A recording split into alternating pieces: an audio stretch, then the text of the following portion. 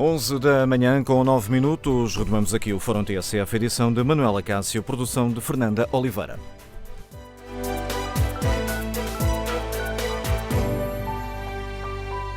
E retomamos o Fórum TSF. Aqui em estúdio está João Oliveira, líder parlamentar do Partido Comunista Português, líder de facto da campanha da CDU por estes dias. João Oliveira, no compromisso eleitoral, o PCP escreve que esta nova fase da vida nacional não se mede apenas pelo que se avançou, mas também pelo que se interrompeu e impediu. O que é que o PCP teme mais com um governo de maioria absoluta, um eventual governo de maioria absoluta do PS? É que não se avance mais ou que existam recuos? Olha, eu julgo que os riscos ficam colocados porque os governos de maioria absoluta que tivemos no passado mostram precisamente esses dois perigos. Quer o perigo de não se avançar na resposta aos problemas que vão surgindo e que se adensam em muitas situações, como até de retrocessos em relação a algumas medidas que tenham sido tomadas nos últimos anos e que possam ser abandonadas. Porque nós temos... Porque é que nós acentuamos esses dois aspectos? Porque nós temos a noção exata das resistências que foi preciso vencer para conseguir muitas das medidas que foram conseguidas. E, portanto, tendo noção dessas resistências, naturalmente o receio que temos de que, com uma maioria absoluta ou com entendimentos entre PS e PSD, porque desse ponto de vista o resultado não será muito, muito diferente, que essas resistências se transformem em verdadeiros obstáculos que não só impeçam o avanço das medidas que precisavam de avançar, como até possam impor alguns retrocessos, e essa é a nossa preocupação. O facto da próxima legislatura permitir a abertura de processos de revisão constitucional é um fator de receio suplementar para o PCP? Bem, os processos de revisão constitucional são sempre um momento crítico, digamos assim, da discussão sobre essas perspectivas de retrocesso que nos são colocadas pela frente, não é? Eu julgo que é preciso mobilizar as forças que há na sociedade portuguesa para garantir a defesa da Constituição e o seu aprofundamento e a concretização dos seus princípios e das suas orientações e do seu projeto, que no fundo é isso que significa. Porque deixe-me insistir neste aspecto, que ele é de facto um aspecto decisivo.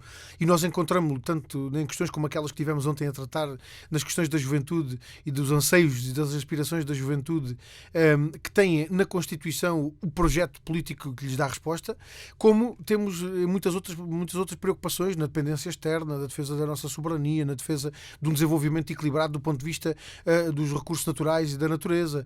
Ou seja, nós temos na Constituição um projeto que a ser levado à prática é algo, de facto, de muito avançado. E aquilo que nós precisamos não é propriamente de revisões da Constituição. Aquilo que nós precisávamos era da concretização da Constituição para que ela possa ganhar vida na vida dos portugueses. Nós tivemos, em momentos críticos, provas muito evidentes de como a Constituição serve para defender as pessoas, serve para defender os seus direitos. Eu diria que, sobretudo naquele período dos PECs e do Pacto da Troika, foi socorrendo-se da Constituição que, em muitas circunstâncias, os portugueses conseguiram ver defendidos os seus salários, os subsídios de doença, as suas reformas, quando elas foram postas em causa e foram cortadas. A verdade é que isso não chegou e era preciso mais força para garantir outro tipo de resposta, não só na defesa desses direitos, mas até na sua recuperação. E, portanto, mas eu diria que a Constituição consagra um conjunto de elementos que são já hoje um referencial de defesa dos direitos e das condições de vida das pessoas, mas comporta também um projeto que, se for levado à prática, pode ser de facto algo muito avançado na garantia do desenvolvimento do nosso país e também para termos um país mais justo, mais equilibrado, com menos assimetrias regionais, com mais justiça social. E vamos ao encontro da Ana Paz, é assistente operacional, Liga-nos do Cacém. Bom dia. Olá, bom dia a todos. Eu sou assistente operacional da área da saúde, portanto, da ex-carreira de auxiliar de ação médica, portanto, extinta por um governo PS Sócrates, e a minha preocupação, a preocupação dos assistentes operacionais é a seguinte: a nível dos vencimentos, eu sou há 30 anos, portanto, há 30 anos na função pública. Neste momento encontro-me com o ordenado mínimo nacional, portanto aproximei-me do ordenado mínimo nacional com este novo aumento. Portanto, estamos na função pública, os assistentes operacionais são a grande maioria dos trabalhadores que se encontram nesta situação, portanto trabalhadores com décadas que se encontram neste momento, viram os seus ordenados aí para o ordenado mínimo nacional. Também os assistentes técnicos, os anteriores administrativos, com este vergonhoso aumento de 0,9%, viram os seus ordenados, que a sua base era de 703, passar para 709, portanto, só mais 4 euros acima do ordenado mínimo nacional. Portanto, a minha pergunta, e também ao deputado João Oliveira, é no sentido de perceber, portanto, o que propõe o PCP, ou neste caso a coligação CDU, para esta situação dos aumentos. Eu sei que já falaram sobre os aumentos, mas nesta situação dos aumentos. Também dizer que relativamente à avaliação de desempenho SEADAP que existe na administração pública, é uma avaliação que não serve para os trabalhadores, não avaliem coisa nenhuma, nem serve impede a progressão na carreira. Portanto, E obrigado, Ana Vaz, pela sua participação aqui. A questão do CIADAP, que é uma das questões que é referida concretamente neste compromisso eleitoral do PCP, como uma das questões que é necessário rever. Esta área da saúde é uma área onde seria importante fazer mais e melhor? Sim, e é uma área absolutamente crítica. Eu diria que muitos dos problemas que nós encontramos na saúde são comuns a outras áreas, seja a educação, seja as forças e serviços de segurança, seja inclusivamente a situação dos militares e de muitos outros profissionais. Portanto, eu diria que há questões transversais a toda a administração pública, e as questões das carreiras e da valorização dos trabalhadores da administração pública são, de facto, uma medida que tem que ser considerada de forma generalizada para todos os trabalhadores e todas as áreas da administração pública. Porque aquilo que tem acontecido ao longo dos anos com a sua desvalorização é naturalmente um elemento de entrave a que a própria capacidade de resposta possa ser mais eficaz, melhor, e que possa ter melhor qualidade. E, portanto, este aspecto de valorização dos trabalhadores da administração pública, das suas carreiras, é um aspecto efetivamente transversal e que na área da saúde tem uma importância crítica.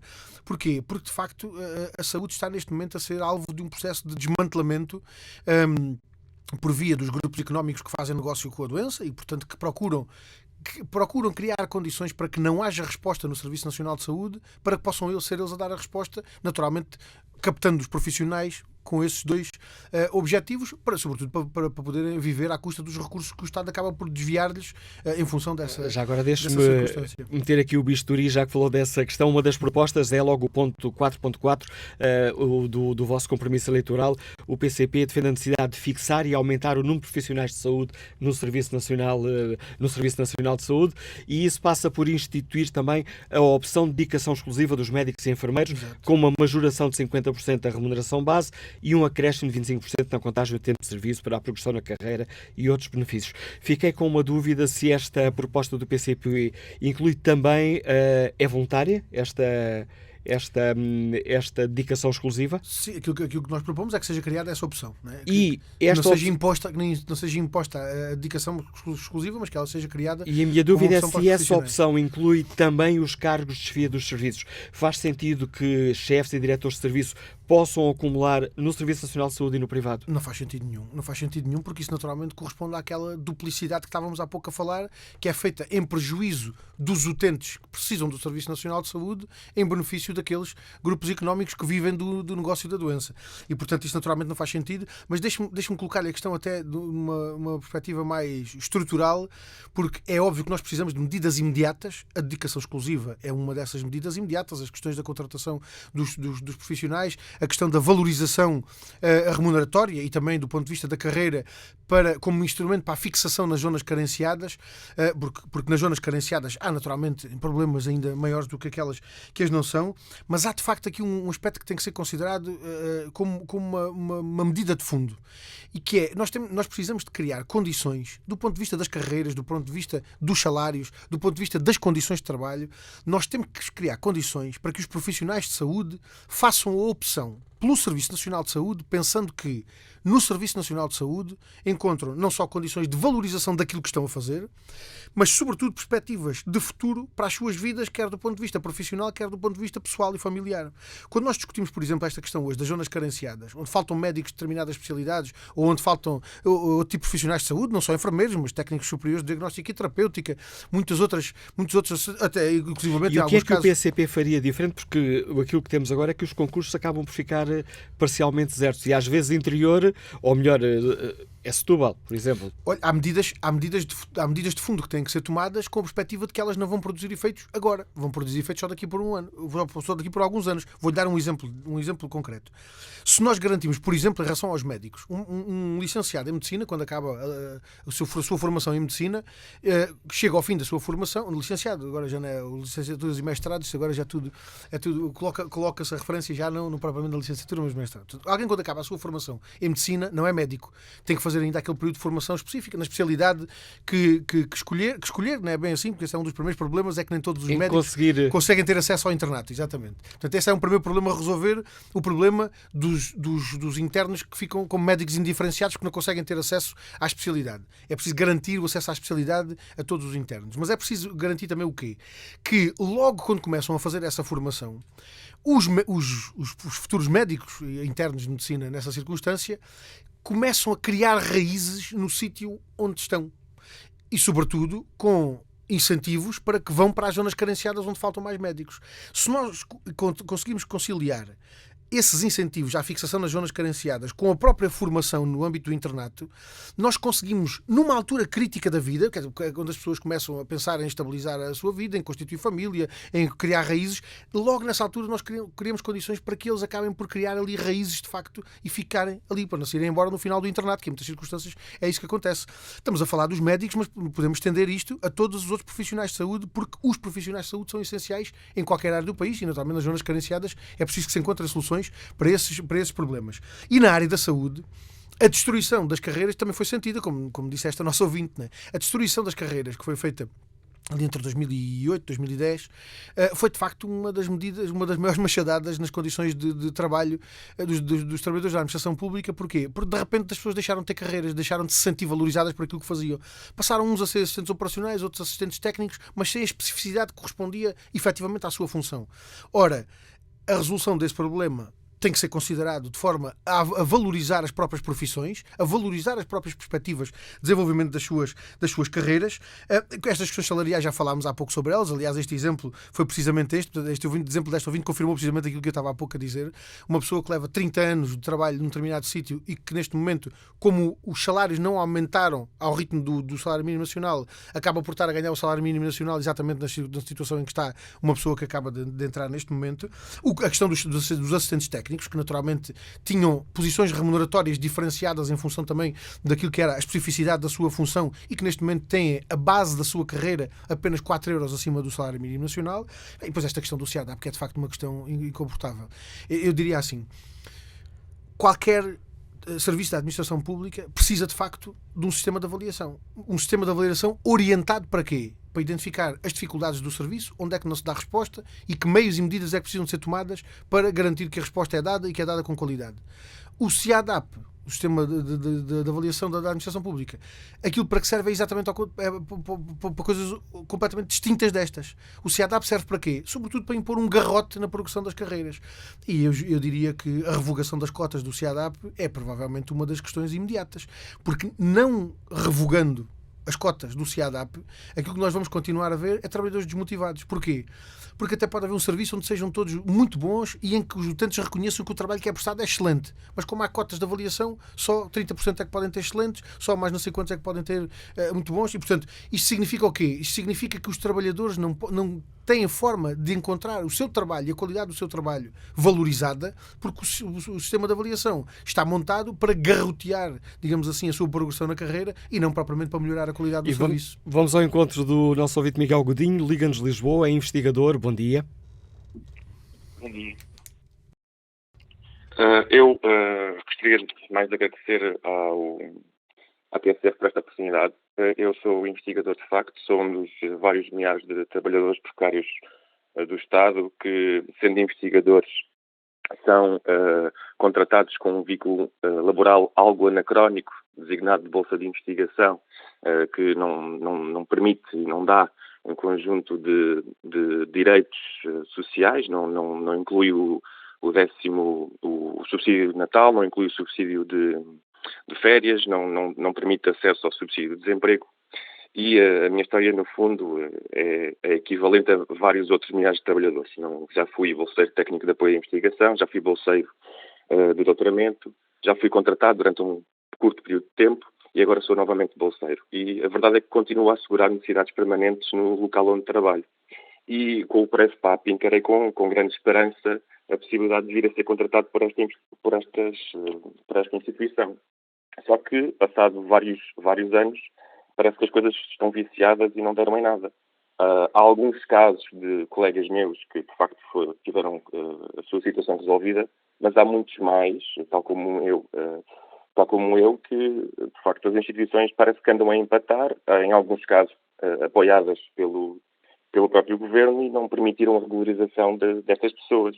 E o que eu gostaria de saber e de perguntar ao candidato e eventualmente perceber a posição da CDU a este respeito era que é que a CDU pretenderia fazer, tendo a oportunidade para isso, para resolver o problema de milhares de investigadores e de outras pessoas, tal como eu, continuam sem ver regularizados os seus trabalhos. Obrigado pela sua questão, Miguel Godinho. Aqui uma questão do trabalho precário, que não é apenas no privado, é também muito um problema do público. Sim, é um problema do público. Olha, e mais uma vez revela os pés de barro dos discursos e das ideias liberais que por aí andam, né? E das opções que os partidos mais à direita fazem e que infelizmente não temos tido também, não temos podido contar com o PS para as romper completamente. E portanto, e este é talvez um dos exemplos mais claros disso. Porquê? Porque nós às vezes até ouvimos falar nos partidos mais à direita da ideia de que a qualificação tem que ser devidamente recompensada e que os trabalhadores mais qualificados têm que ser recompensados e têm que encontrar em Portugal as oportunidades para poderem cá ficar. Ora, nós encontramos nesta matéria exatamente o oposto na prática desse discurso que fazem.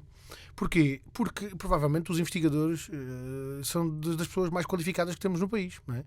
E a situação de precariedade a que estão sujeitos é exatamente antagónica, é completamente antagónica com esse discurso de valorização que deve ser feita dos trabalhadores mais qualificados. Aliás, naquele debate das rádios feito com os candidatos com representação parlamentar, tive a oportunidade de fazer um desafio, não sei se a TSF o aceita ou não, mas eu insisto nele, que é o de que falem com aqueles investigadores que nos últimos 2 anos se foram sentando ao lado da Sra. Ministra da Saúde, do Primeiro-Ministro, do Presidente da República, a propósito destes problemas da epidemia. A maior parte deles são investigadores de entidades públicas, nomeadamente do Instituto Ricardo Jorge. Perguntem-lhes qual é a perspectiva que eles têm de desenvolvimento da sua carreira e perspectivas de futuro no desenvolvimento da sua atividade em função da valorização da carreira que têm. E vão falar depois com todos aqueles que estão na situação deste nosso ouvinte, que nem sequer nessa situação está. Porque nós temos a circunstância de ter investigadores que nunca chegam a ser reconhecidos como tal porque nunca conseguem ter acesso à carreira de investigação científica. Ora, as soluções para isto não precisam de ser inventadas. Nós temos de resto insistido nelas, não temos conseguido ter a força e os apoios, não temos conseguido criar as condições de pressão suficiente para que haja de facto resposta a este problema. Houve aqui há uns anos, em 2017, alguma aproximação a estas questões, infelizmente também bloqueada pelo PSD e com o PS também a não permitir a sua concretização plena, que era uma perspectiva de medida imediata de integração dos bolseiros de investigação científica na carreira de investigação científica, fazendo-se em relação a estes trabalhadores aquilo que se procurou fazer em relação a todos os outros trabalhadores, de resto, como este ouvinte também referia, a propósito do Prefpap, que era o quê? Que a benefício dos nossos ouvintes era um plano de regularização. O Prefpap é o programa de regularização dos vínculos precários na administração pública, que foi uma medida que foi introduzida no orçamento de 2017, já não tenho bem noção exata, mas acho que foi no orçamento de 2017, para garantir que os trabalhadores que estavam em situação precária na administração pública pudessem ter o seu vínculo estabilizado e a sua ligação ao serviço concreto onde trabalhavam reconhecida. Ora, aquilo que nós propunhamos para os bolseiros de investigação científica é exatamente o mesmo. Transformar as falsas bolsas de investigação científica em lugares de carreira e na integração na carreira de investigação científica de todos esses bolseiros. Primeiro, nem conseguimos fazer aprovar na Assembleia da República a solução tal qual ela devia ter sido aprovada, porque houve resistências quer do PSD, quer do PS a que isso acontecesse. Nem sequer aquilo que acabou por ser aprovado na Assembleia da República acabou por ser plenamente cumprido, nomeadamente pelas instituições de ensino superior. Nem sequer o Governo se preocupou em garantir que isso era cumprido, apesar das instituições de ensino superior o recusarem. E nós temos esta circunstância absolutamente anacrónica, que é, sobretudo que estes 2 últimos anos confirmaram, né? Que é o quê? Termos trabalhadores dos mais qualificados que podemos ter na sociedade portuguesa, cujo trabalho é absolutamente essencial, como de resto se comprovou nestes últimos 2 anos, não tivesse sido o esforço da investigação científica e tecnológica, e nós provavelmente não teríamos tido as condições que temos ainda assim para enfrentar o problema da epidemia, mas a verdade é que estes trabalhadores não veem traduzidas nas suas condições de trabalho as condições que precisavam de ver reconhecidas e, sobretudo, a perspectiva de estabilidade e de segurança naquilo que fazem. Porque nós, quando defendemos a integração de um bolseiro de investigação científica na carreira de investigador científico, de investigação científica, é porque isso tem que ser a perspectiva de segurança e de estabilidade que os investigadores têm que ter para desenvolver o trabalho que desenvolvem. Naturalmente, sujeitos à precariedade, como inclusivamente esta situação deste nosso ouvinte, com avanços e recusos, e sai da situação de bolseiro e depois volta à situação de bolseiro. Portanto, isto é uma situação absolutamente incompatível com a qualidade e a profundidade que tem que ter o trabalho na área de investigação científica. E, portanto, da parte da CDU, assumimos esse compromisso, não é só do ponto de vista do discurso, nós temos provas dadas com soluções concretas que, se tivermos força para as concretizar, naturalmente darão também a todos aqueles que desenvolvem a sua atividade na área da investigação científica outra perspectiva de futuro. A próxima ouvinte a participar aqui no Fórum TSF Liga-nos do Porto é técnica superior. Bom dia, Alexandra Maia. Muito bom dia. Bom dia à TSF e a todos os que nos ouvem e bom dia também ao João Ferreira. Eu gostaria de deixar aqui uma questão baseada nas sondagens, nas últimas sondagens, nas sondagens... É João Oliveira. João Oliveira, sim, peço desculpa. Mas não se preocupe com a troca do nome, porque isso significa que nos tem aos dois no coração e, portanto, nós também... É verdade, nós não vamos amar. Também é verdade. Mas bem, e a questão baseia-se efetivamente nas sondagens, na subida efetiva do PSD nas sondagens, principalmente nas sondagens diárias tendenciosas, e com alguma manipulação, e também na subida do PSD, e que poderá trazer ao país um cenário de governação de direita, de uma direita que tem saudades de Salazar, saudades da ditadura, e que fará que o país recue muito no desenvolvimento económico e no desenvolvimento social. Eu gostaria só de perguntar qual é o compromisso que o Partido Comunista assume perante o país para que este cenário não seja, de facto, uma realidade. Obrigada. João Oliveira. Bem, também já abordámos em parte estas questões. Eu vou pegar nas abordagens que já fizemos a propósito das questões das sondagens, porque acho que este testemunho confirma precisamente não só aquelas preocupações que há pouco tinha referido, mas até a perspectiva de termos de superar estas dificuldades e estes problemas que resultam das sondagens que vão sendo divulgadas, da forma como elas acabam por, de alguma forma, deturpar ou desorientar, digamos assim, o critério que devia ser... Influenciar. Exatamente, o critério que devia ser tido em conta. Ora, a questão das sondagens tem precisamente este efeito. Eu diria até que talvez este testemunho seja um testemunho vivo disso. A partir do momento em que as sondagens vão dando uma determinada perspectiva às pessoas, é natural que as pessoas se deixem influenciar por isso e que reajam perante isso. E neste momento eu julgo que está clara a intenção da bipolarização em torno de PS e PSD. Ou seja, todas as sondagens procuram criar a ideia de que há de facto um sentimento de bipolarização entre PS e PSD e que tudo se decide entre PS e PSD, ou eventualmente até com esta questão do perigo do regresso da direita e dos medos de voltar a direita ao poder e da direita voltar a ter, eu diria até, não é só de voltar ao poder e de voltar ao governo, é de a direita voltar a ter influência nas decisões nacionais, com tudo o que isso pode significar, e eu julgo que este testemunho confirma também aquilo que há pouco estava a dizer. Eu julgo que os portugueses não se esqueceram ainda das dificuldades por que passaram com o governo do PSD e do CDS e têm ainda essa memória bem viva na sua, bem viva até em alguns casos na sua vida, em problemas que não se resolveram desde então. Agora, verdadeiramente aquilo que é preciso é que as pessoas resistam a estas tentativas de condicionamento da sua própria opção e da sua própria escolha em função dos seus próprios critérios.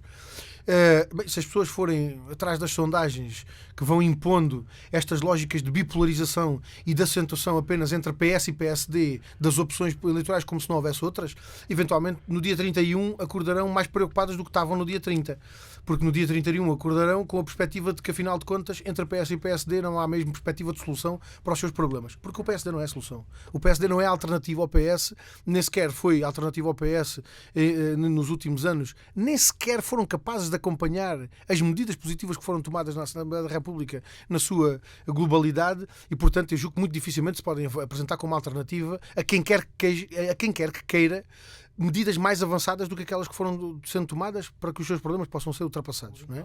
O ouvinte Paulo Lemos coloca uma questão que tem que achar aqui, que é: gostava de perguntar ao João Oliveira o que pensa de uma campanha feita, no geral, pela negativa. Todos criticam os adversários, esquecem de apresentar as suas propostas. Bem, acrescenta João Paulo Lemos, às vezes apresentam algumas tão atabalhoadamente que propõem uma coisa no dia e o seu contrário.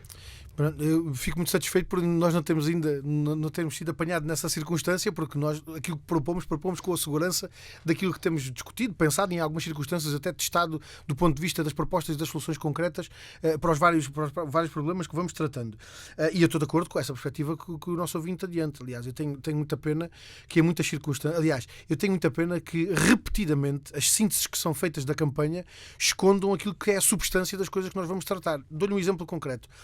Nós ontem tivemos uma ação de campanha em Vila Franca de Xira, onde tivemos a tratar dos direitos dos pais e das crianças, onde tivemos a tratar das questões da natalidade, das creches, das condições da habitação para as jovens famílias poderem tomar decisões de ter filhos, da necessidade de construir creches públicas para haver creches onde elas hoje não existem, da necessidade de garantir horários de trabalho articulados com a vida pessoal e familiar para que os pais possam acompanhar e participar no crescimento dos seus filhos, na resposta que tem que ser dada ao nível dos cuidados de saúde, ao nível da educação, da segurança social, para garantir de facto que a decisão de ter filhos é uma decisão tomada com segurança e com confiança por parte das jovens famílias.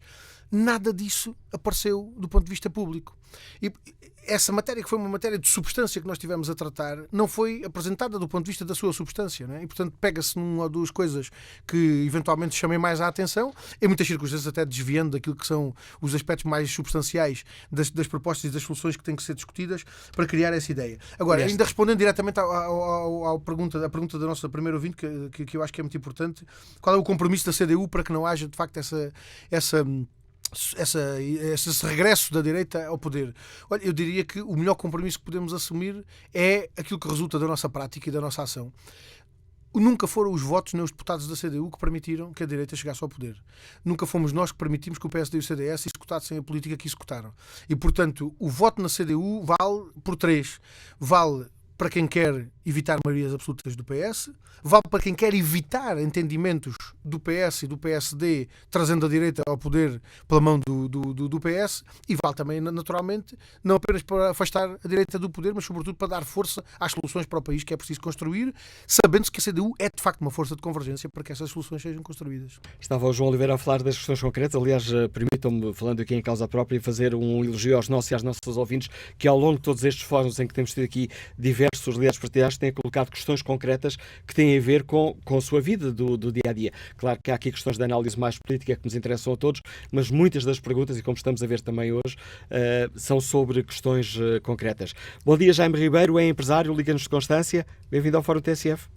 Olá, muito bom dia ao deputado João Oliveira e ao Dr. Manuel Acácio e ao Fórum. Eu sou de direita, sou do PSD, que reconheço que há boas ideias da esquerda, indiscutivelmente. Agora, se realmente a esquerda é tão boa, por que é que não há nenhum país de esquerda rico no mundo? Tirando a Rússia e a China. É só isto que eu pergunto. E continuo a dizer, há boas ideias na esquerda, indiscutivelmente. E fica esta questão, porque é que não há riqueza à esquerda? Bem, não tenho a certeza se essa resposta poderá ser dada com toda a substância que ela exigia, porque isso exigia, se calhar, até um tratamento mais adequado dos dados da economia mundial, e talvez chegássemos à conclusão que as coisas podem não ser exatamente assim. Até podíamos começar aqui a discutir se a Rússia é um país de esquerda. Pronto, até podíamos começar por discutir isso, exatamente. Até podíamos começar por discutir isso, que está muito longe de corresponder a alguma perspectiva de realidade. Mas eu diria o seguinte: eu acho que hoje há vários elementos que têm que ser tidos em conta quando nós olhamos para o país que temos e para o país que queremos ser. A riqueza, do ponto de vista da criação da riqueza e do crescimento económico, é um elemento, e é um elemento absolutamente fundamental, mas é preciso também considerar outro tipo de elementos e outro tipo de argumentos para garantirmos que possamos ter um país rico. Eu diria agora rico aqui num outro sentido mais lato, porque é preciso que haja criação de mais riqueza, mas também é preciso que ela seja melhor distribuída. É preciso que sejamos um país desenvolvido, também com menos injustiças e menos desigualdades. E eu julgo que esse objetivo de termos, de facto, um país mais rico, nós temos, de facto, que ter mais produção, temos que ter mais produção nacional para dependermos menos do estrangeiro e para criar cá mais riqueza, também para podermos resolver problemas ambientais, por exemplo. Tudo aquilo que nós pudermos produzir cá e que não tiver que vir do estrangeiro também é um contributo que se dá até para resolver problemas ambientais já agora, e precisamos de facto ter a noção de que o país que se quer desenvolvido, eu talvez utilizasse este conceito de desenvolvido em vez de rico, que acho que é mais adequado. Um país que se quer desenvolvido não pode ser só um país rico do ponto de vista da criação de riqueza e da produção. Tem que incluir, olha, também estes critérios do equilíbrio entre o crescimento e a satisfação das necessidades das populações e as garantias e as condições de desenvolvimento científico e tecnológico associada ao equilíbrio dos recursos naturais, da natureza e dos ecossistemas. Tem que ter em conta a necessidade de combate à pobreza, de combate às desigualdades e às injustiças. Ora, isso tudo só se faz efetivamente com políticas que assentem nessa lógica e nesse conceito de desenvolvimento, um desenvolvimento mais amplo, para que o conceito de uma sociedade desenvolvida possa incluir aspectos de natureza económica, política, social e também cultural. O acesso à cultura, por exemplo, à arte e à cultura é um aspecto absolutamente decisivo para garantirmos que tenhamos um país mais desenvolvido. Eu não sei se há alguém que recuse essa ideia de que as condições de acesso à criação e à fruição cultural são um critério absolutamente determinante para garantir o desenvolvimento de um país. Mas a perspectiva com que nós encaramos a ideia de país desenvolvido que queremos é essa. Uma das questões que se coloca, além daqui também o compromisso eleitoral, vemos aqui várias propostas concretas de distribuir mais por mais gente ou por mais empresas, e onde é que se vai arranjar o dinheiro? Como é que se pode distribuir mais sem criar riqueza? Aqui num dos pontos do compromisso eleitoral, o PCP fala que é necessário assegurar a justiça fiscal, aliviar os impostos sobre o trabalho e as micro, pequenas e médias empresas. E o PCP afirma que o nosso problema não é propriamente o volume dos impostos. Escreve explicitamente que o volume dos impostos e contribuições não está longe da média europeia, é mal distribuído. O PCP afirma que é possível termos mais receita fiscal, tributando quem mais tem ou mais ganha, e que hoje foge ao pagamento de impostos o grande capital. Tem números concretos para ver o que é que era possível arrecadar mais com um aumento dos impostos a este nível? Olha, há números concretos que podem ser adiantados. Deixe-me antes disso dar uma... Porque essa questão é uma questão que vai de facto muito para lá da política fiscal, não é? Onde é que se vão buscar os recursos do país para dar resposta a todas estas medidas que são necessárias? Essencialmente em quatro dimensões. Uma primeira que tem que ver com o próprio crescimento económico, não é? Se há crescimento económico, se cria mais riqueza, isso também significa mais recursos à disposição do país e naturalmente também mais possibilidade. Podem ser não mais impostos, pode ser com os mesmos impostos mais receitas para o Estado, não é? Portanto, crescimento económico por um lado, os fundos europeus, vamos ter 50 mil milhões de euros entre vários quadros comunitários de apoio, vários programas, 50 mil milhões de euros à disposição do país, a necessidade de combater e pôr fim à fraude e à evasão fiscal e, em particular, aos privilégios dos grupos económicos que podem deixar de pagar impostos em Portugal e ir pagá-los ao estrangeiro.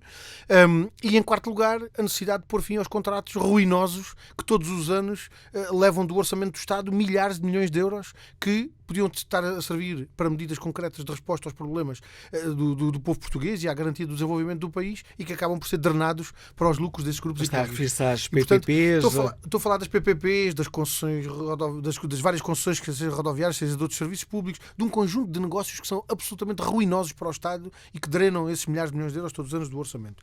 E, portanto, eu diria são estas as quatro grandes áreas onde é preciso atuar. Do ponto de vista da dimensão fiscal, qual é a questão que nós colocamos?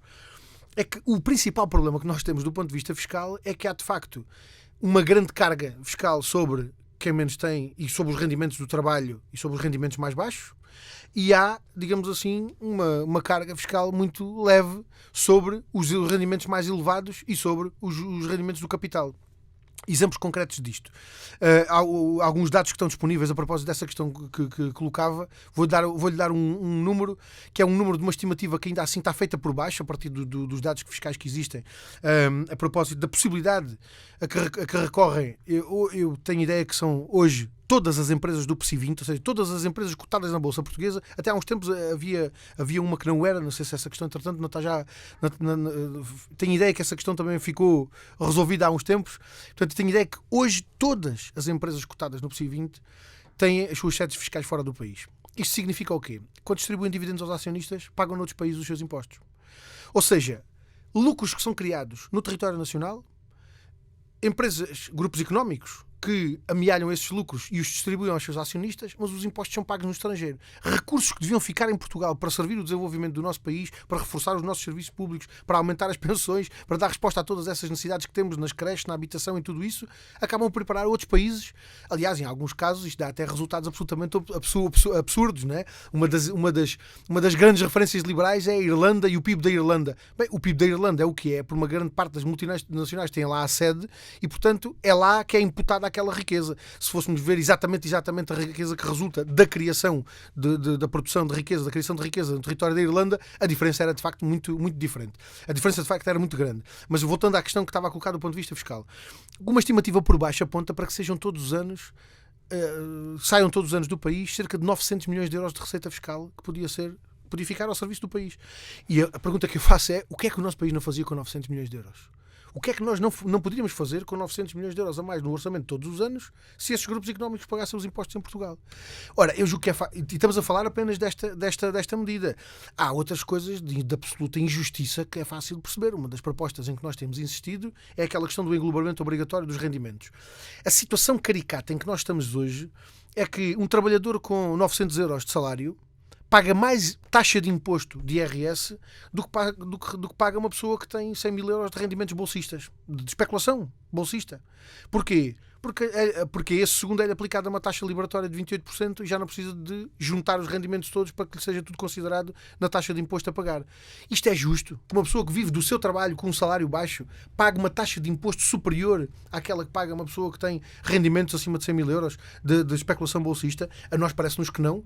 E, portanto, esta é uma proposta talvez daquelas mais evidentes de como é possível e é necessário garantir ao Estado, por via também, não só, mas também da Receita Fiscal, os recursos de que necessita para assumir as suas responsabilidades perante as pessoas e para garantir o desenvolvimento do país, mas simultaneamente fazer isso com mais justiça fiscal. E nós podíamos multiplicar isto praticamente em todos os impostos. O IRC tem diferentes entidades a pagar IRC. O que é que nós defendemos? Nós temos apresentado propostas para reduzir a taxa de IRC para as micro, pequenas e médias empresas e para tributar de forma mais robusta os lucros das grandes empresas acima dos 35 milhões de euros. Isto parece uma injustiça? Que um café, um restaurante, uma papelaria, uma mercearia pague uma taxa de imposto mais baixa do que paga um grupo económico na área da energia ou das comunicações? A nós parece-nos que não.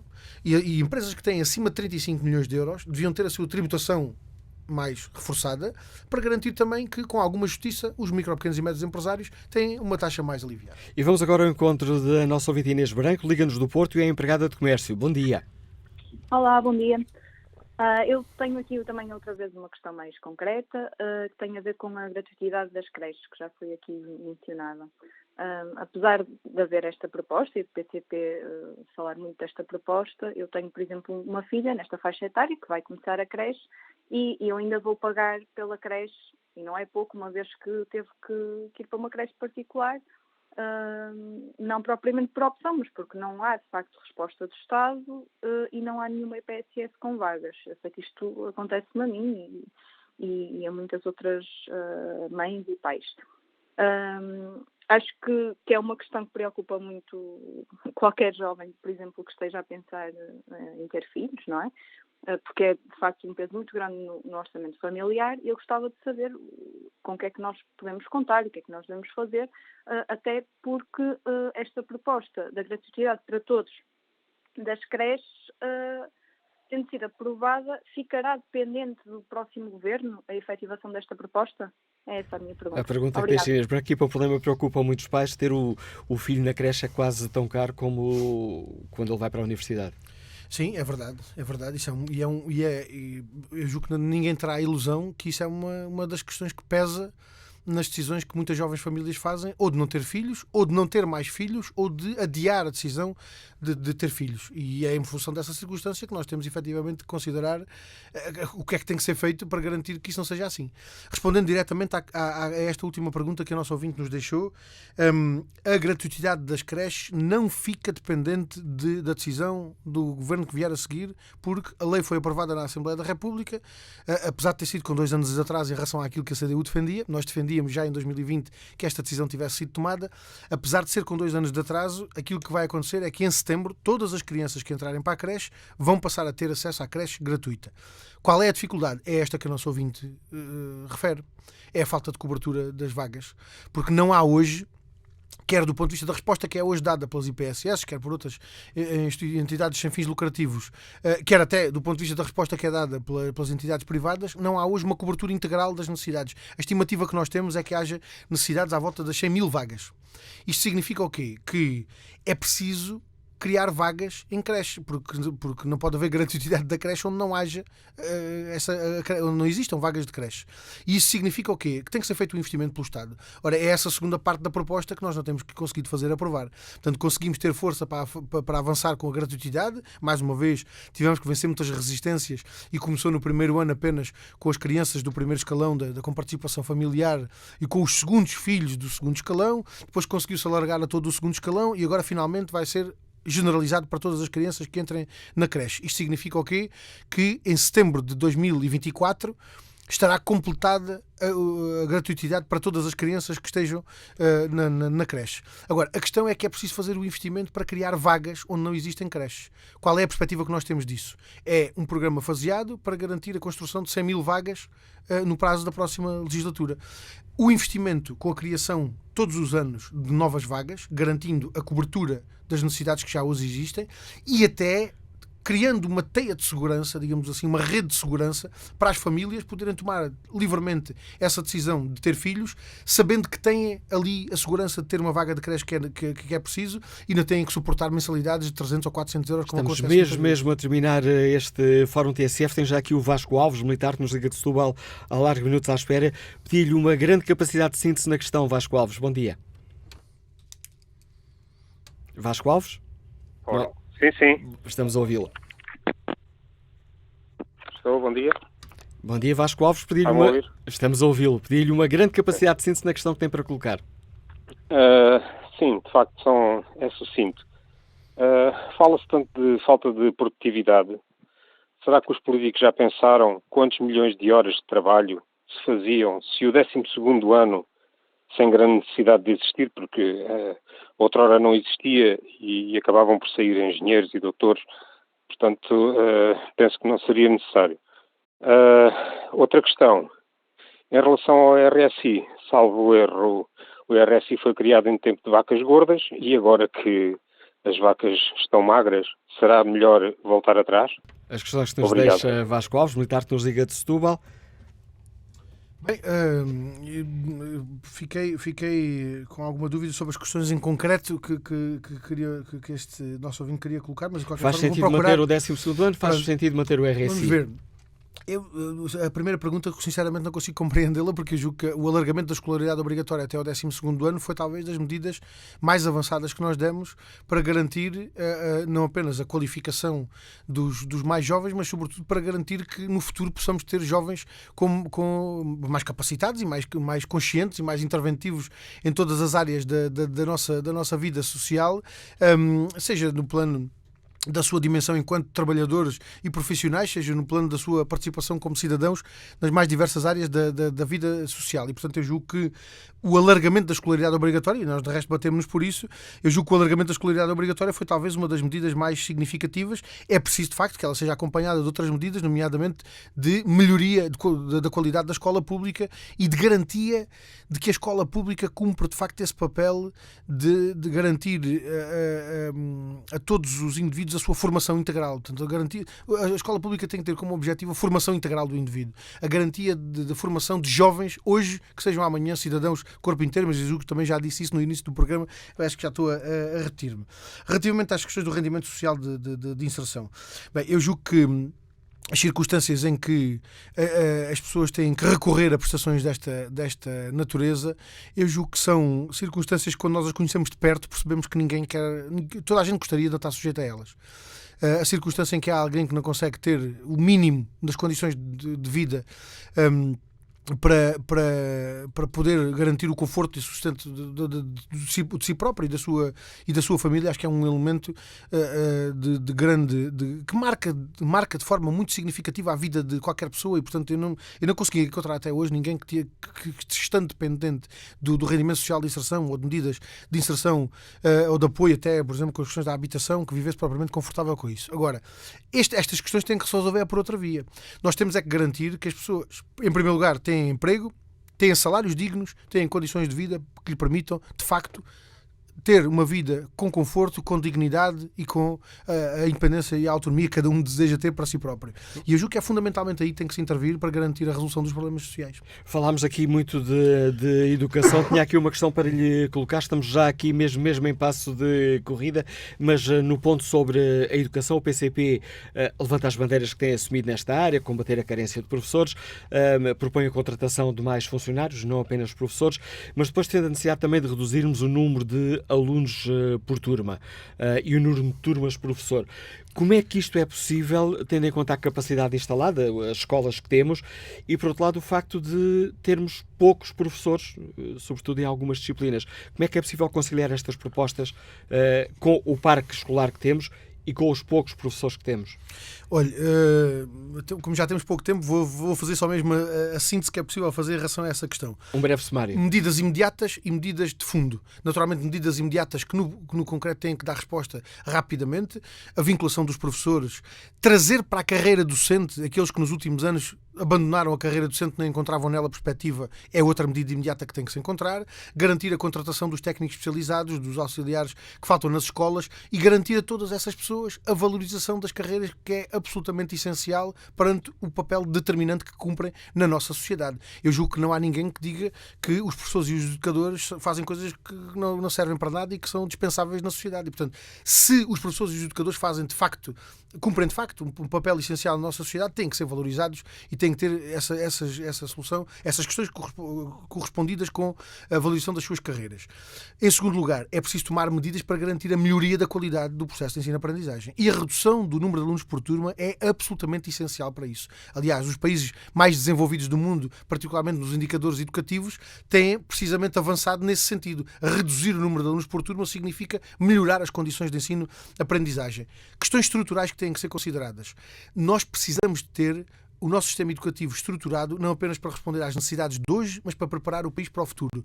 Isso implica também dizer hoje aos jovens que vão para a universidade, dar-lhes elementos que os incentivem a encontrar na carreira docente os elementos de incentivo que precisam para prosseguirem essa via, aqueles que sentem essa vocação ou que sentem essa apetência. E isso é absolutamente decisivo para que nós possamos vencer de forma estrutural a carência de professores e as dificuldades que tudo isso acarreta. Assim, numa síntese que deixa muita coisa de fora, é o que consigo dizer a propósito destas questões. E obrigado, João Oliveira, pela capacidade de síntese mostrada nesta resposta. Termina aqui este Fórum TSF, onde contamos com a João Oliveira, que respondeu aqui às nossas perguntas e às perguntas dos nossos e das nossas ouvintes sobre as propostas eleitorais do Partido Comunista Português. Amanhã, convidado do Fórum, Catarina Martins, coordenadora do Bloco de Esquerda.